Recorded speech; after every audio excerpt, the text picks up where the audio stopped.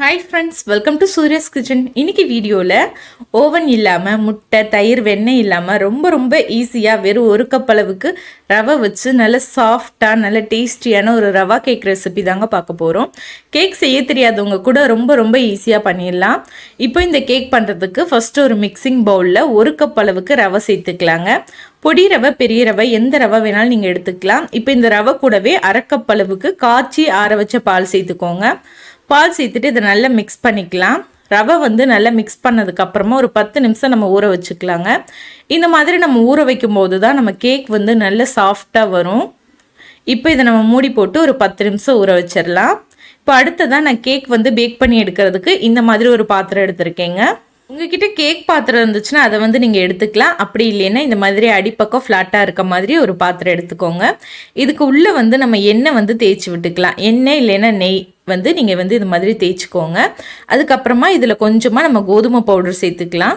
சேர்த்துட்டு இது மாதிரி எல்லா பக்கமும் படுறது மாதிரி நல்லா இந்த மாதிரி தட்டி கொடுத்துக்கோங்க பாத்திரத்தை.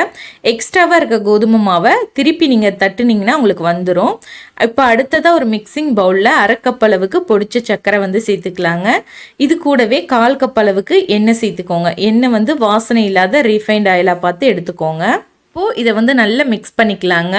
ஒரு 2 நிமிஷத்துக்கு நல்லா இது மாதிரி மிக்ஸ் பண்ணிக்கோங்க. சர்க்கரை நம்மளுக்கு நல்லா கரைஞ்சி வரணுங்க.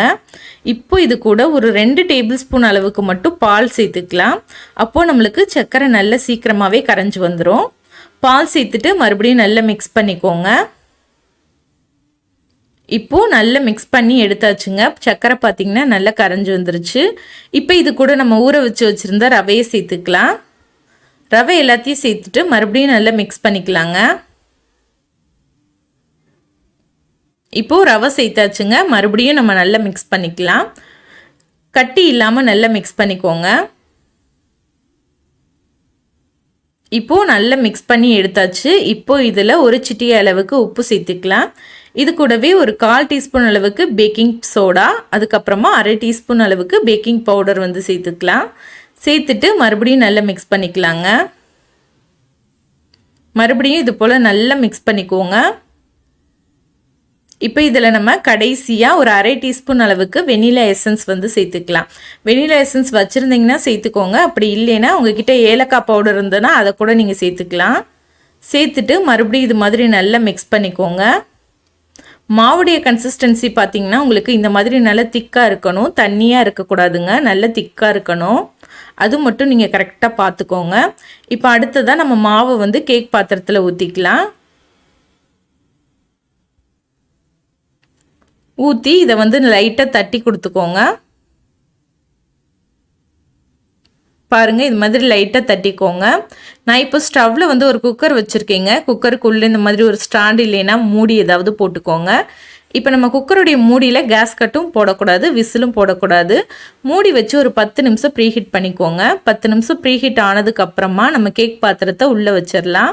வச்சுட்டு மறுபடியும் நம்ம மூடி போட்டு மூடி ஒரு 30 நிமிஷம் நம்ம பேக் பண்ணி எடுத்துக்கலாம். இப்போ எனக்கு பார்த்தீங்கன்னா 30 நிமிஷம் ஆயிடுச்சு. நம்ம கேக் வெந்துருச்சான்னு பார்த்துடலாம். உள்ளுக்கு இந்த மாதிரி ஒரு டூத் பிக்கோ இல்லை நைஃபோ வச்சு பார்த்தீங்கன்னா உங்களுக்கு தெரியும். ஒட்டி வந்துச்சு அப்படின்னா இன்னும் ஒரு 5 நிமிஷமோ 10 நிமிஷமோ அதிகமாக வச்சுட்டு அதுக்கப்புறமா செக் பண்ணி பாருங்கள். எனக்கு நல்லா ஒட்டாமல் வந்துருச்சு. கேக் சூப்பராக வெந்துருச்சுங்க. நம்ம வெளியில் எடுத்து வச்சு நல்லா ஆற வச்சிடலாம். நல்லா ஆறுனதுக்கப்புறமா ஓரத்தில் இந்த மாதிரி கத்தி வச்சு எடுத்து விட்டுக்கோங்க. அப்போ தான் நம்மளுக்கு கேக் எடுக்கும்போது நம்மளுக்கு நல்லா ஒட்டாமல் வருங்க. இப்போ நல்லா எடுத்து விட்டாச்சு. இது மேலே ஒரு பிளேட் வச்சுக்கோங்க. வச்சுட்டு இது திருப்பி போட்டிங்கன்னா அழகாக வந்துருங்க உங்களுக்கு கேக்கு. பாருங்கள், சூப்பராக வந்துருச்சு பாருங்கள். நல்ல சாஃப்டாக இருக்கும். கண்டிப்பாக நீங்களும் இந்த ரெசிபி உங்கள் வீட்டில் ட்ரை பண்ணி பாருங்கள். வெறும் ஒரு கப் அளவுக்கு ரவை இருந்தால் போதும். ரொம்ப ஈஸியாக ஒரு 30 நிமிஷத்தில் நம்ம செஞ்சு முடிச்சிடலாம். இப்போ இந்த கேக் நான் உங்களுக்கு கட் பண்ணி காட்டுறேன். எவ்வளோ சாஃப்டாக இருக்குன்னு பாருங்கள். நீங்களே உங்கள் வீட்டில் வெறும் ரவை வச்சு நல்லா சூப்பராக சாஃப்டாக கேக் செஞ்சிடலாம். கண்டிப்பாக இந்த ரெசிபியை உங்கள் வீட்டில் ட்ரை பண்ணி பாருங்கள். இந்த ரெசிபி பிடிச்சிருந்தா லைக் பண்ணி உங்கள் ஃப்ரெண்ட்ஸ் கூட ஷேர் பண்ணுங்கள். இது வரைக்கும் நீங்கள் நம்ம சேனலை சப்ஸ்கிரைப் பண்ணாமல் பார்த்துட்ருக்கீங்கன்னா மறக்காமல் சப்ஸ்கிரைப் பண்ணிக்கோங்க. இதே போல் வேறொரு சூப்பரான வீடியோவோட நான் உங்களை மீட் பண்ணுறேன். நன்றி.